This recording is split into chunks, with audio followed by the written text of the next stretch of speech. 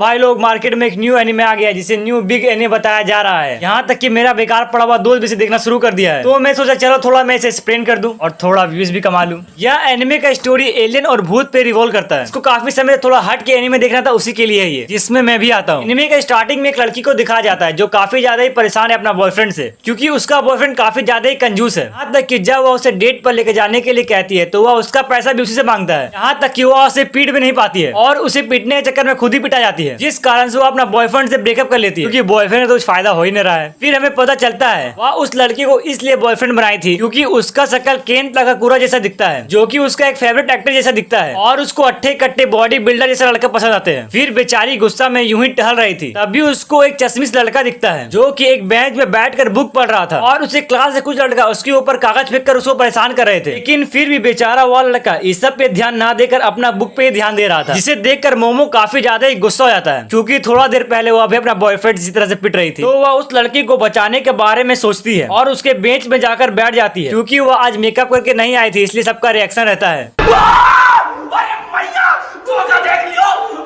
और सब डर के मारे वहाँ से भाग जाते हैं। फिर मोमो क्लास से बाहर जाती है और अपना गुस्सा किस पर उतारे उसके बारे में सोचने लगती है। फिर वहाँ पर वही चश्मिश लड़का आ जाता है। उस लड़के को लगता था कि मोमो उससे लाइक करती है, तभी उसके पास आकर बैठी थी, जिसमें मोमो कहती है एक गांड पे रैप्टा मारा ना, सड़क पे हकता फिरेगा, और चुपचाप वो लड़का को वहाँ से फुर हो जाने के लिए कहती है, वरना अपना बॉयफ्रेंड वाला गुस्सा तुम्ही पर उतार दूंगी। अभी वो लड़का उसको अपना मैगजीन दिखाता है जिसमें एलियन के बारे में लिखा हुआ था, और उसको काफी सारा एलियन के बारे में ज्ञान देने लगता है। कूल बनने का ट्राई कर रहा है। अभी मोमो उसको कहती है मेरे को कुछ भी इंटरेस्ट नहीं है तुम्हारी एलियन के थ्योरी पर, ऐसा कुछ भी नहीं होता है, ये सब बस तुम्हारे जैसे बच्चों को सुलाने के लिए ही बनाया गया है। मम्मी के पास जा और कहानी सुनकर सो जा। इससे वह लड़का एकदम उदास हो जाता है और उसके वह हाथ से बुक गिर जाता है, जिससे मोमो को भी थोड़ा बुरा लगता है। उसको वह बुक उठाकर देती है और साथ में कहती है सॉरी ऐसा कहने के लिए, मेरे को लेकिन भूतों पर पूरा विश्वास है, वो सचमुच में होते हैं। जिसमें वो लड़का हंसने लगता है, वाह जिसका शकल खुद भूत जैसा है उसको भूत से डर लग रहा है। साथ में वो लड़का कहता है ऐसा भूत भूत कुछ नहीं होता है, तू अपना शकल खुद आईना में देख ली होगी, जिससे उन दोनों में फिर से फाइट शुरू हो जाता है। इसमें वो लड़का कहता है मुझको एक भूत की जगह बताओ, अगर मैं वहाँ भूत देख लिया तो मैं तुम्हारी जिंदगी भर के लिए गुलाम बन जाऊंगा। तभी वो लड़की भी कहती है मैं मुझको एक एलियन वाला जगह को बताओ, अगर मैं भी वहाँ एलियन को देख लूँ तो मैं भी तुम्हारा नौकर बन जाऊंगी और तुम्हारा हर एक बात मानूंगी। इसमें लड़का भी लाइक।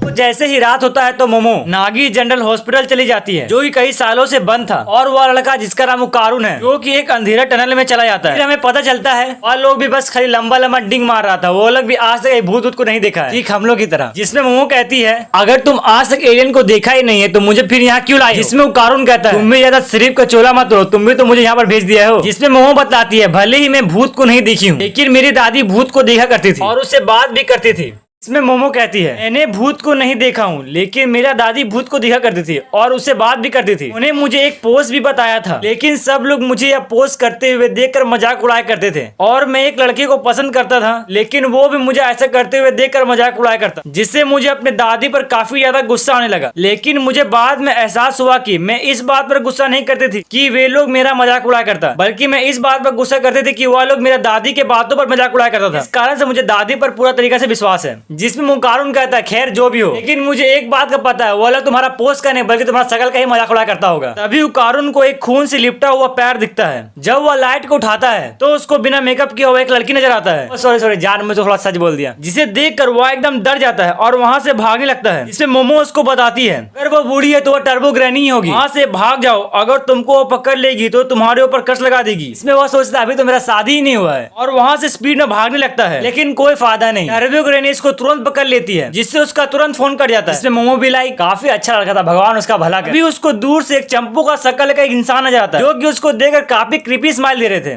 जिसे देखकर मोमो वहाँ से तुरंत भागने का ट्राई करता है, लेकिन वो एलियन उसको तुरंत पकड़कर उसका कपड़ा फाड़ देता है। जब मोमो का होश आता है तो वो अपने आप को बंदी किया हुआ पाती है। अभी उसको एलियन बताता है मेरा नाम सर्पो है और मैं सर्पोरियन प्लेनेट से आया हूँ लोगों का केला चुराने के लिए। इसमें मोमो कहती है तब तो तुम गलत आदमी को पकड़े हो। इसमें एलियन कहता है मुझे कुछ एक्सपेरिमेंट करने के लिए एक लड़की का बॉडी चाहिए, और मोमो का शरीर को कंट्रोल करने लगता है, लेकिन मोमो का मेंटल पावर अधिक होने के कारण वह उसे कंट्रोल नहीं कर पाता है। मोमो का फोन बजने लगता है, जिससे बाहर निकलता है टर्बो ग्रैनी। अब ये मत पूछना कि वह फोन से बाहर आया तो आया कैसे, भूत है कुछ भी कर सकता है। जो कि होता है अपना ओकारुन, जिसके ऊपर टर्बो ग्रैनी कंट्रोल कर लिया है, जिसमें एलियन उस पर अटैक करने लगता है, जिसमें एलियन कहता है तुम मेरे बीच मत आओ, अभी मैं कुछ एक्सपेरिमेंट कर रहा हूँ, और एलियन टर्बो ग्रैनी पर अटैक करने लगता है, जिसमें टर्बो ग्रैनी फुल स्पीड में सभी को मारने लगती है। तभी एक एलियन उस पर अटैक करके उसको दूर फेंक देता है और उसको अपना बनाना को देने के लिए कहता है, जिसमें ओकारुन कहता है तुमको जो भी चाहिए वो ले लो, बस मोमो को छोड़ दो, मेरा आज तक कोई भी दोस्त नहीं बना है, सब लोग बस मेरे को बुली ही करते थे, लेकिन एक वही है जिसने मुझसे आकर बात किया, प्लीज उसको छोड़ दो। लेकिन फिर ग्रैमी उसके ऊपर हावी हो जाती है और एलियन पर अटैक करने लगती है, जिससे मोमो भी उसका हौसला बढ़ाने लगता है, ओकारुन यू कैन डू इट। लेकिन थोड़ा ही देर में ओकारुन एलियन से पिटाई खाकर साइड हो जाता है, जिससे मोमो भी लाइक हर बार गर्म करके ठंडा ही छोड़ देते हैं। और एलियन फिर से मोमो का दिमाग पर कंट्रोल करने लगता है। अभी मोमो को उसका दादी का बात याद आता है, इसमें मोमो का दादी उसको शक्तियों को बाहर निकालने के बारे में बताती है, जिससे वह किसी से भी अपने आप को प्रोटेक्ट कर सकती है। लेकिन मोमो ये सब करने से मना कर देती है। स्कूल में सब उसको ये सब करने से मजाक उड़ाया करते थे उस पर। तभी मोमो अपना दादी के सिखाए हुए बातों को ध्यान में रखकर वैसा ही करने लगती है, जिससे उसका पावर एक्टिवेट हो जाता है और अपना पावर का इस्तेमाल करके टेबल को तोड़कर आजाद हो जाती है